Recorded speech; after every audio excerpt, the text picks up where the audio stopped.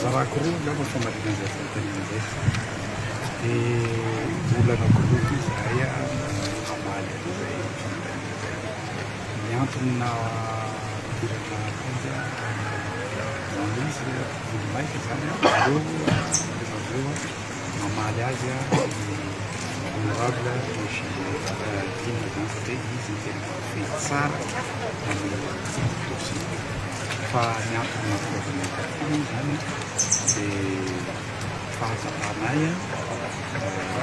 ary zay nonay ny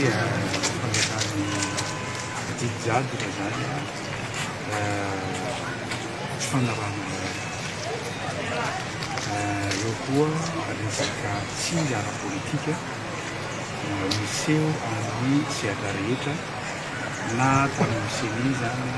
na fitsarana zany na mandary zany na ny forsa rehetra eto revanakara na ny districta na tan misy iay ka BDB mahazo ny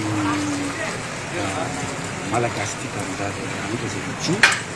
efafidatania misy am'ireo moa migatra tsy eto ihany a tsy izy rery ihany migatra taminy misy anatyary migatra misy ara député afaka andro orinako tsy nanaraka lalàna mihitsy zany député zany raha tsy misy fanapahan-kevitra amin'ny bureau permanent amin'ny andro fotoana février tsy azo kitiny fa maro kosa nefany a ireo fitondrany zay tia mandeha mangalabato mitondra an'ireny carnet reny mitondra an'ireny ka ina moa ty bulletin fidiavana reny sisy anankiray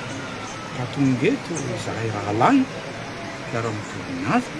tsy mamela azy le ary mijoro am'zay amin'ny andro amin'ny andro sabotra ndalovana misy zao mijoro zay mijoro resaka teknika mahakasika ny raha journaliste zany ny mikasona anazy zavatra telo no tena toko songadina lohany aloha zany miantony famborana journaliste dia miapitsony iny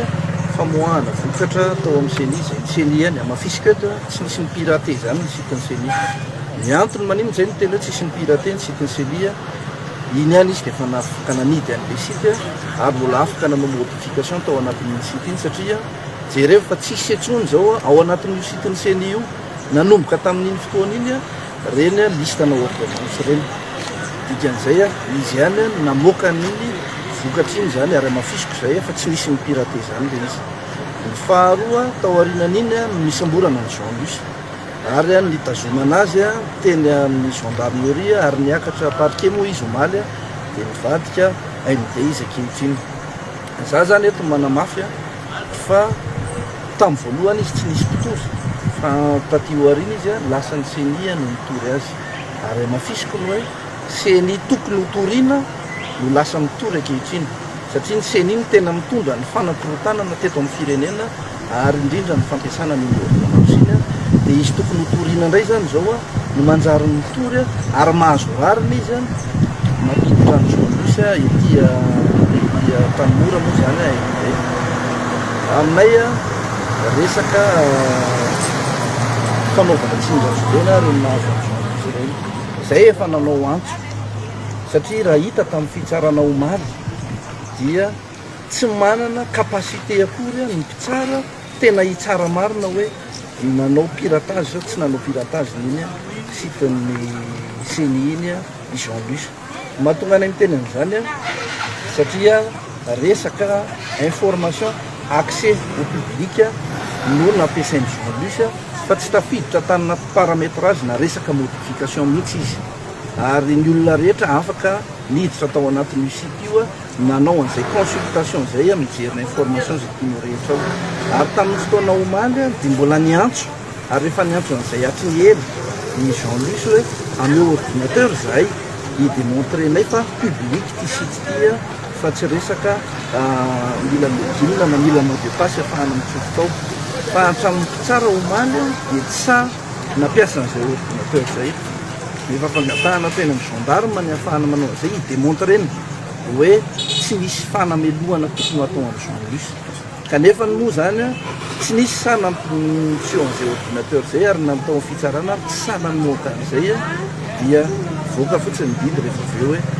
inde journalus zany ny tiana ho amafisina nefa ao anatin'le izy dia efa nanao anty zay hoe tsy tokony amin'ny alalana mpitsara zay tsy mahalala ny resaka informatika fa adevitra informatika fotsiny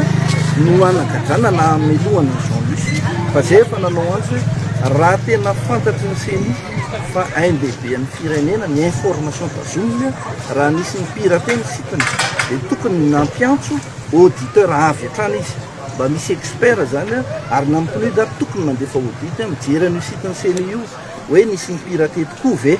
dia mba rapport d'audit amin'izay ny resahana hoe nisy ny pirate le izy dia tracena izany ny pirate azy satria tokony ho hitan'ny auditeur zany fa tsy amin'ny alalana hoe fitoriana fotsiny dia tiana ho aletika journalus dia tiana ho aletika izy dia ny farany ao anatin'izay dia tena misarika ansainy mivoaka malagasy rehetra mihitsy ary tena mametsiny ny seny raha ohatra ka mbola lazaina fa piratazina site no hitazomana ny journalus ny antony dia tsotra io site io zany ary io logiciel io miankinan'ny miaindehibe ny firenena satria amin'ny alalan'io site io no amoahana hoe reto indray ny olom-boafidy vaovao na hatramina filopirenena hoe tia no lany filopirenena zany mivoaka ao anatin'io site io reto misy olom-bavambahoaka mivoaka ao anatin'io site io reto mibe ny tanàna ka raha ohatra ka masamy tena ny seny fa piratena olotsotra kely anankiray ny sitiny dia tena tsy maro toerana daholo zany ny olom-boafidy rehetra nikarakarain'io seny io satria ahoana no eritreretiny saina hoe olotsotra ery dia ho tafiditra hanova voka-pizigananao dika zany tsy marina daholo zany re ny voka-piziganana navoaka sitiny sely ireny satria izy tena tsy mahafehy an'le site tsy sécurisé kory ny information mivoaka ao dia izay zany eto mbola manao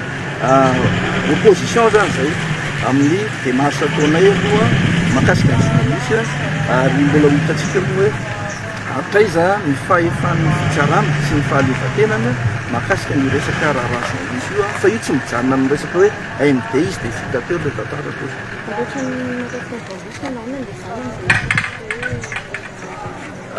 ny fampiresahana tamin'ny journalus moa zany dia nanontaniana tokoa izy hoe manao hoana ny zanaky journalus mbola voatazona eny ve dia mivaly-teny azy mbola voatazona teny ny zanany nanontaniana mivantana izy inona journalus ny tena antony fizomana zavatra eny na izy rainy ary tsy manana valim-panontaniana hoe inona tokoa le tena antony hitazomana ny zanany eny fa zay moa zany le izy efa lasa resaka politise loatra dia amin'izay raha vao mahita fidina politika zany ao amin'ny gendarme mitazona dia voararina le fisofoana mba tena ahafahana mijery sy tena information marina mahakasika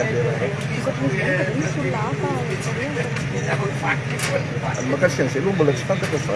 ho anay avy aty amin'ny antokotime avy aty amin'ny fanoherana sy ny firaisan-kina aloha zany dia journalus aloha zany tena hitanay voakasika mivantana tamin'ny resaka raharaha iny izay averiky ihany tsy journalus mihitsy no namaritra ny zavatra atao anatin'ny seny iny fa ny seny ihany sy izy zareo tao ihany nanao an'iny profo rehefa mivoaka iny ny publien'ny olona rehetra mikatona avy hatrany ny sitiny sely tsisy tafiditra tao raha olona ty ivelany ny mipirate ka napiditra information tao dia tsy tokony tafaverina tao tsony ny seny azavatra marana anay ihany zany tsotra ny olona tompoko zahay raha mamoaka profo seny androany hoe misy ny pirate hatramin'ny androany tsisy zay profo zay fa fahitanay azy resaka politika aiza faro raha mamoaka kory zareo tsy zay ny teneny zareo tao resaka information raha tsy resaka raha nisy information tsy tokony mivoaka ka nivoaka teo hoe tao amin'ny seny fa information tao site rehetra azo tena ny vahoaka malagasy rehetra na tsy malagasy zay no anenjay anazy ka raha zavatra anakoroa ty misy zavatra tsy tokony mivoaka ty nefa mivoaka zavatra fa navoaka zareo teo fa resaka politika